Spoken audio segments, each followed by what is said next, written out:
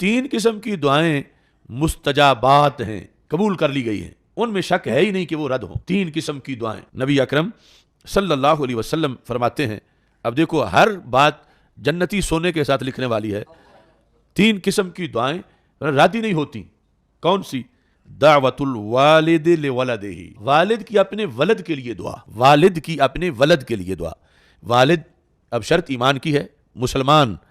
والد مسلمان ہے، ولد بھی مسلمان ہے، والد کی اپنے ولد کے لیے دعا اتنی قطعی دعا ہے، اور اگر وہ یہ حدیث سامنے رکھ کے کرے کہ سرکار فرما چکے ہیں،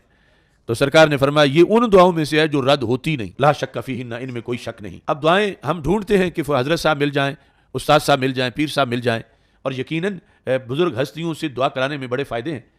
مگر اس کے ساتھ یہ بھی تو دیکھنا چاہیے کہ والد کی دعا کا قطعی کتنا فائدہ۔ والد، انسان کا والد، صرف والد ہونا یعنی مومن ہونے کے ساتھ والد ہونا شرط ہے، اگرچہ حافظ نہیں ہے، قاری نہیں ہے، محدث نہیں ہے، فقیہ نہیں ہے، ولی نہیں ہے، اگر ساتھ یہ بھی ہے پھر تو وارے نیارے ہیں،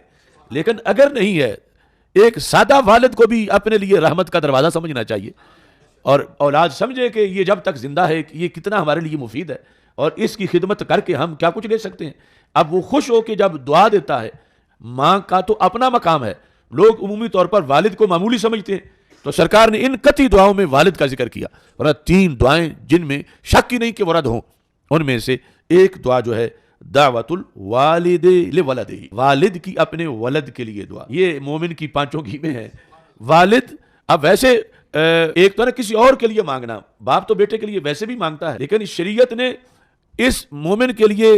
گھر میں ہی سب کچھ رکھا ہے۔ باہر کے مواقع تو علیحدہ ہیں کہ گیا ہے حرم شریف میں، گیا ہے مسجد نبوی شریف میں، یہ دعا جا کے مانگ رہا ہے، لیکن اس کے گھر کے اندر بھی بہت کچھ ہے کہ اپنے ابا جی کے پاس موجود ہے، ابا جی اس کے زندہ ہیں، تو یہ غنیمت سمجھے کہ ابھی اس کے لیے ایک مستقل کوٹا رحمت کا ہے، کہیں یہ دروازہ بند نہ ہو جائے قبل اس کے کہ وہ گھڑی آئے، تو یہ اپنے ابا جی کو راضی رکھے، ان کی دعائیں نکلتی رہیں اور وہ یقیناً قبول ہوتی رہیں۔ تو دعوت الوالد لولدہ۔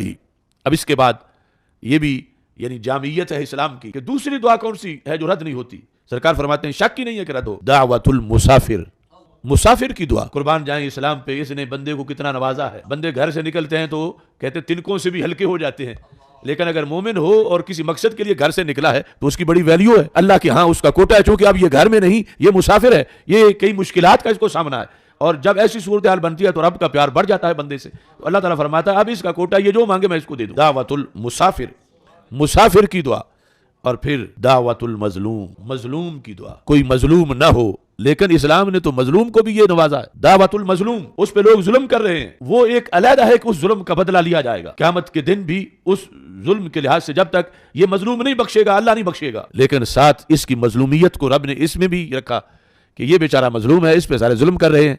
تو اس کو پھر یہ تو ویکینسی دے دو کہ اس کی جو کہے وہ قبول کر لی جائے، تو یہ مستجاب الدعوات بن گیا۔